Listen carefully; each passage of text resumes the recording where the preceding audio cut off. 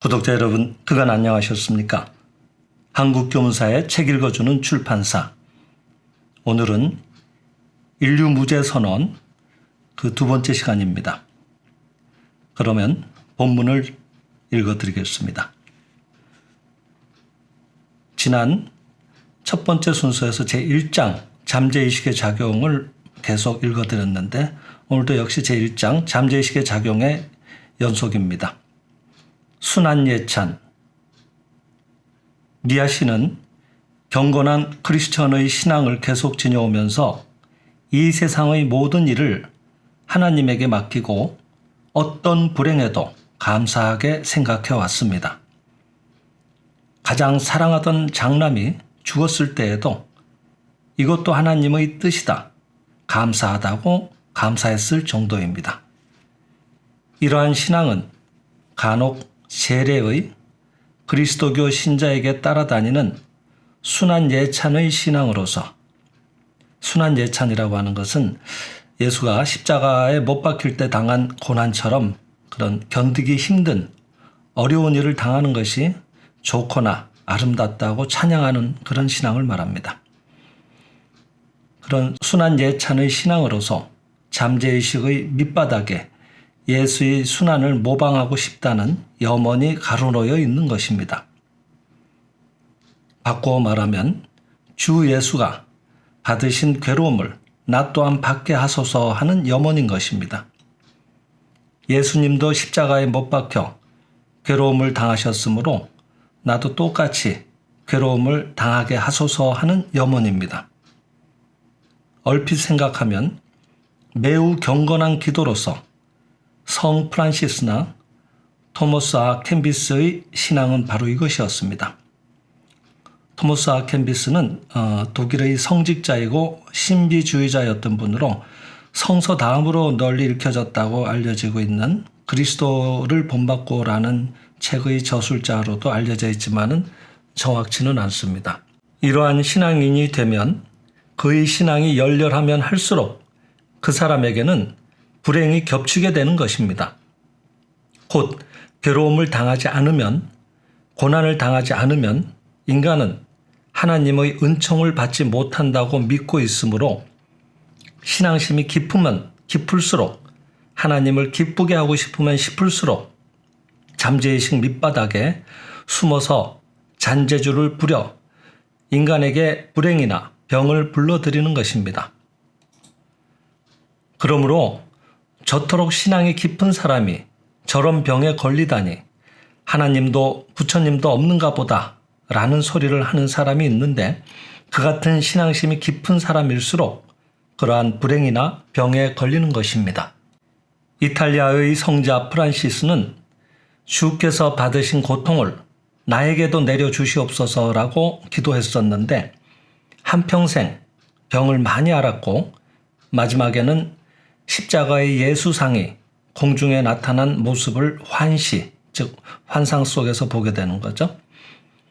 환시함과 동시에 스티그마, 성혼이라고 되어 있습니다만 곧 예수가 받은 십자가형의 상처와 같은 상흔, 즉 상처의 흔적이 나타나고 부상을 입지도 않았는데 저절로 육체에 상처가 생겨 피가 흐르기 시작했던 것입니다.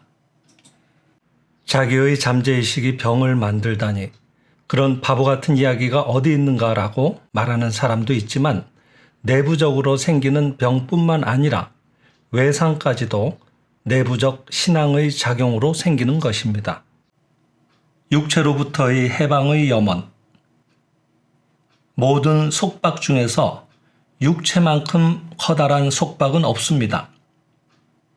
성 프란시스처럼 집을 뛰쳐나와서 가진 것 일체를 버리고 알몸뚱이가 됐다고 생각하더라도 또 그 알몸인 육체는 그에게 달라붙어서 영혼의 자유를 방해하고 육체적 욕망으로서 영혼을 묶어버리고 오욕의 세계에 영혼을 끌고 들어가려 하는 것입니다.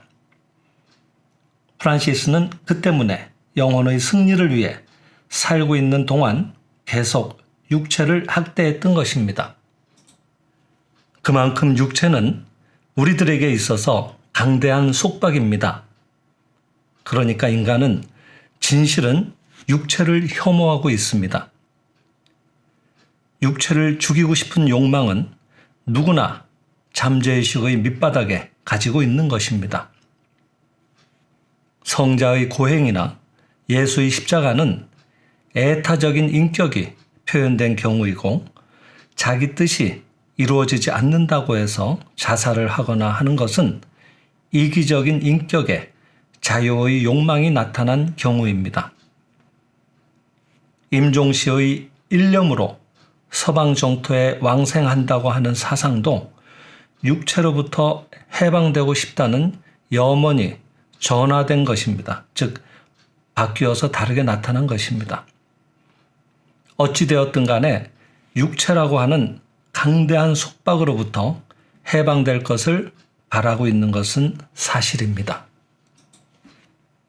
보통 인간에게 있어서는 성자와 같이 혹은 자포자기의 이기주의자와 같이 이 육체 혐오의 마음이 그만큼 노골적인 것은 아니어서 그 육체 부정이 직접 행위로 나타나지는 않지만 만성적으로는 육체 부정을 행동으로 옮기기 위해서 서서히 잠재의식이 병을 내부로부터 계획하고 이윽고 그 표현을 육체 세계에 가져와서 육체를 병들게 하는 것입니다. 대부분 병은 이와 같이 해서 잠재의식이 내부로부터 육체를 부정하기 위해 나타난 것이니까 혹시 육체가 이대로 있으면서 이치에 의해 그 존재를 부정당하고 해방의 절대 자유를 맛본다고 한다면 잠재의식은 육체 부정의 목적을 달성하게 돼서 육체가 거기에 있으면서도 없다고 하는 경지가 되고 육체에 붙들리지 않는 자유의 경지에 도달할 수 있게 되는 것입니다. 그때 생명은 본연의 자유, 즉 인공을 가하지 않은 본디 그대로의 자유 그대로 있게 되기 때문에 생명의 본연은 건전한 것이니까, 즉 병이나 탈이 없이 건강하고 온전한 그러한 것이니까 본연의 건전한 상태를 회복하는 것입니다. 본연의 자유 그대로이기 때문에 생명의 본연은 건전하기 때문에 본연의 건전을 회복한다고 하는 말은 대단히 재미있는 말입니다. 본연의 건전이란 육체의 건전을 말하는 것이 아닙니다. 본연의 건전이란 생명의 본연의 건전을 말합니다.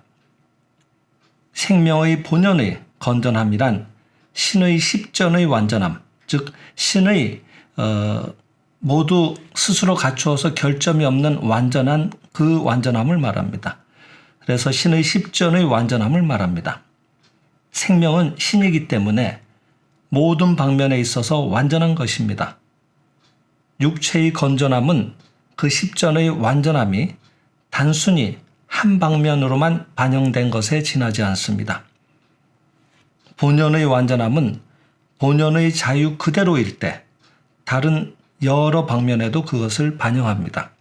사업 위에도, 교육 위에도 반영합니다. 그러나 여기에서는 교육 방면에 어떻게 반영하는가를 주로 살펴보고자 합니다.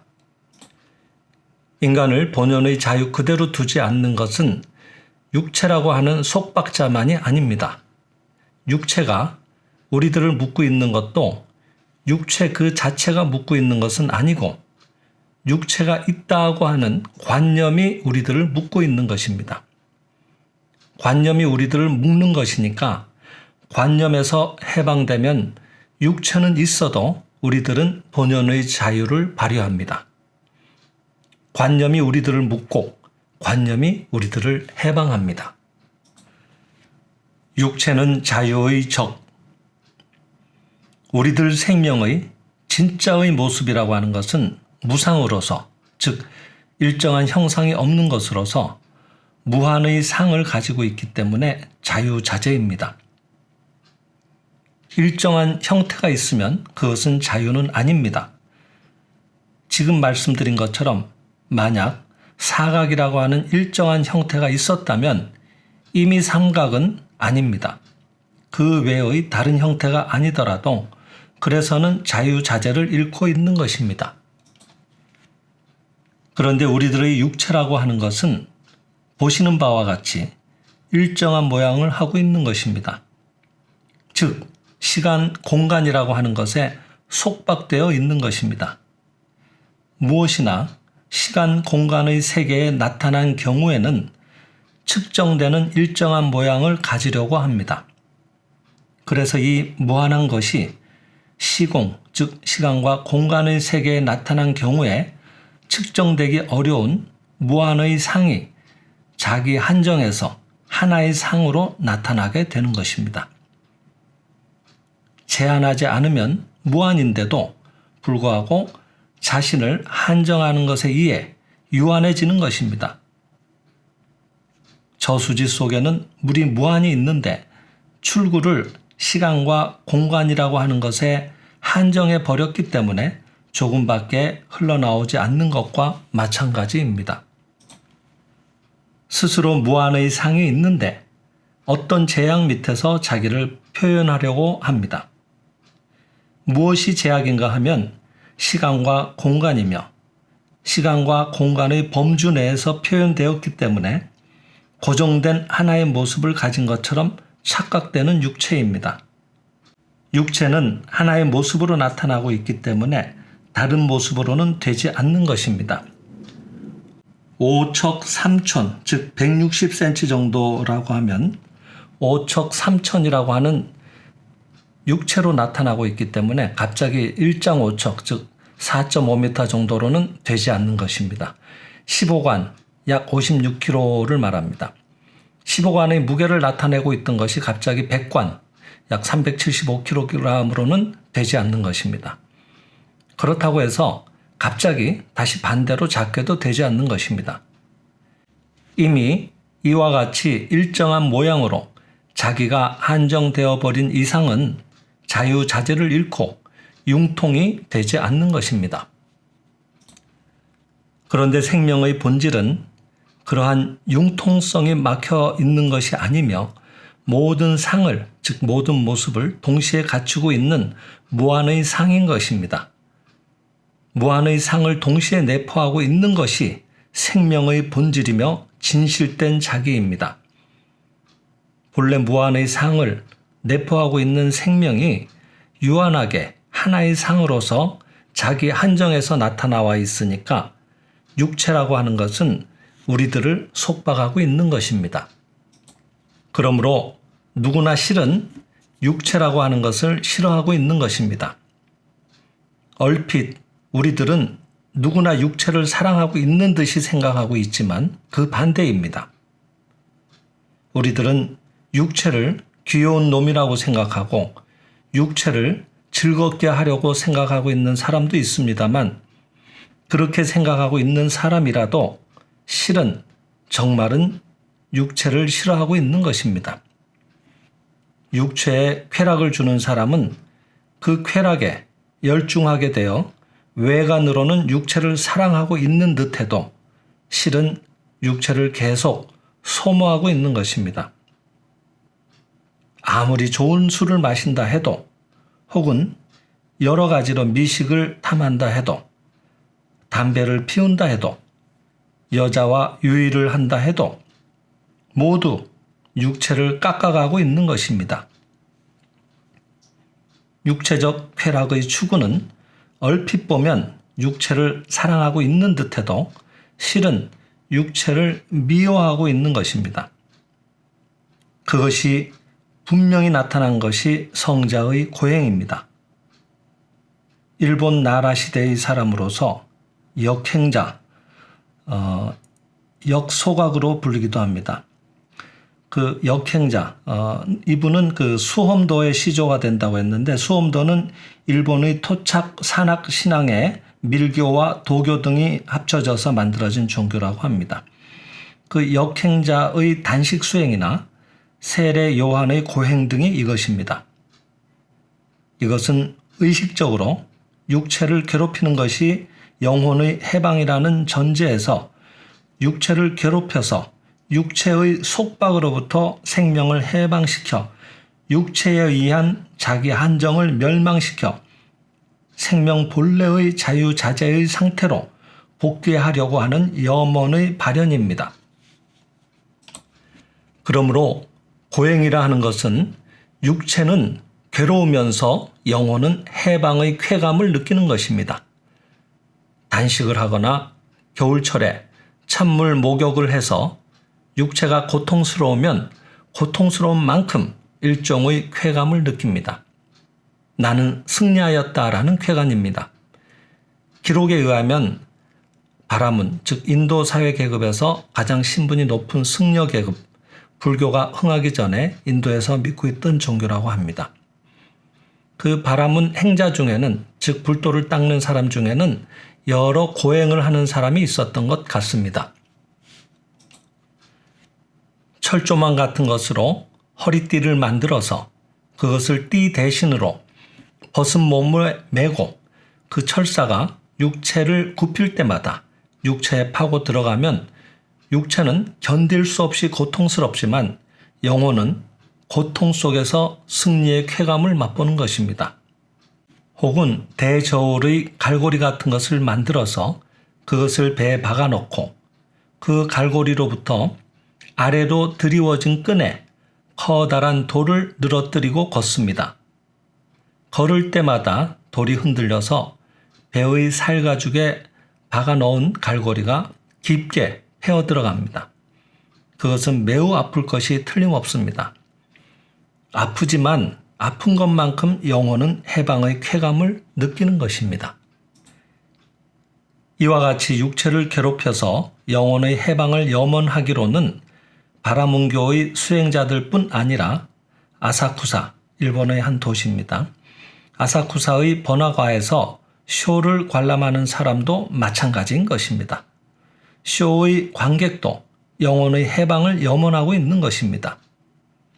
그것은 내부에 깃들여 있는 무한의 모습을 자유자재로 생각하는 대로 표현하고 싶다고 생각하는 것입니다만 자신의 육체만으로는 생각대로 그 하나하나를 표현할 수 없습니다. 사회상의 제약도 있고 도덕상의 제약도 있고 시간적, 공간적인 제약도 있습니다. 그래서 자기는 행동하지 않고 타인이 그것을 무대 위에서 발현하는 것을 관람하는 것을 통해 자신이 마찬가지 사실을 자유로이 행동했다고 하는 대상작용, 즉 보상작용을 맛봅니다. 무대 위의 인물이 울면 관객도 웁니다. 무대 위의 인물과 관객이 혼연일체가 되어서 무대 위의 인물을 통해서 생명의 본래의 무한상을 어느 정도라도 해방시키려고 하는 것입니다. 예술은 그와 같이 자기에게 내재하는 무한상을 다소라도 해방시켜 줍니다. 거기에서 영혼의 해방감이 일어나고 영혼의 환희가 느껴지는 것입니다만 인간의 생명의 본질은 무한상이기 때문에 무한상을 예술의 세계로 표현하려고 해도 완전히 모든 자유를 실현할 수는 없는 것입니다. 우리들이 육체를 가지고 있는 한 자기 속에 내재하는 무한의 상을 극단적인 완전함으로까지 표현하는 일은 아무래도 불가능합니다. 그래서 인간도 육체를 싫어하는 것입니다. 육체를 싫어하고 육체를 자유의 적이라고 간주하고 자기를 자유의 적으로부터 가능한 한 괴롭혀서 단명으로 끝나게 하자, 병이 들게 하자 하고 생각하고 있는 것입니다. 그것은 말없는 가운데 잠재의식이 은밀히 계획을 실행으로까지 밀고 나가고 있는 것이므로 육체를 가진 인류에게는 병이 끊이지 않고 고통이 끊이지 않고 비극이 끊이지 않는 것입니다. 아무리 의사가 새로운 의술을 발명하더라도 육체를 자유의 적으로 인정하고 육체를 내부에서 괴롭히려는 잠재의식은 더욱 수많은 병을 만든다고 하는 식이 되고 있는 것입니다. 이와 같이 인간의 죄에 대한 자각은 육체를 미워하고 죽이려고 하고 육체를 부정하려고 하는 것입니다. 때문에 그리스도는 십자가에 못 박히셨고 바울은 육체는 무익하다. 너희가 만약 육을 따라서 살면 죽으리라고 말했고 성 프란시스는 주께서 받으신 고통을 내 몸에도 받게 하소서라고 기도하여 성흔을 몸에 받은 것입니다. 그러면 생장의 집에서는 어떠한 식으로 육체를 말살하느냐 하면 육체는 본래 없다라고 선고하는 것입니다. 왜 그런 말이 나왔는가 하면 육체는 인간의 생명을 속박하는 것이기 때문입니다. 육체가 있다고 생각하는 것은 그만큼 아직 육체를 존중하고 있는 것입니다. 아내와 사이가 나빠서 싸움을 하고 있다고 해도 그것은 아직 아내를 있다고 인정해서 아내를 존중하고 있는 것과 같은 것입니다. 이웃의 부인이라면 싸움도 하지 않습니다. 그것은 이미 이웃의 부인을 무시해버리고 있기 때문입니다. 그러면 이웃의 부인과는 자유로이 느긋하게 생활할 수 있는 것입니다. 그와 마찬가지로 우리들이 육체를 진실로 없다고 보고 무시해버리면 육체는 도리어 느긋하게 살아가는 것입니다. 이에 반해서 육체를 고행시키고 있는 동안은 아직 육체가 없다는 것을 모르고 있습니다. 때문에 육체를 미워하고 그것을 괴롭히고 말살하려고 하여 병, 불행, 재난 따위를 발생시키는 것입니다. 보통 사람은 육체를 미워하고 있어도 그리스도처럼 책형, 즉 옛날에 죄인을 판자나 기둥에 못 박아놓고 창으로 찔러 죽이던 형벌을 말합니다. 그런 책형을 받아 육체를 멸망시킬 수가 없기 때문에 그러한 고행을 만성적으로 행하는 것입니다.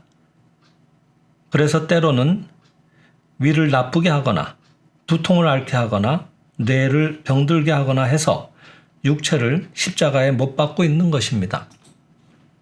생명의 실상을 읽으면 용케병이 완쾌된다고 하는 이유는 육체는 본래 없다는 진리가 명쾌하게 쓰여 있기 때문에 읽고 있는 동안에 잠재의식이 그 육체로부터 해방됩니다.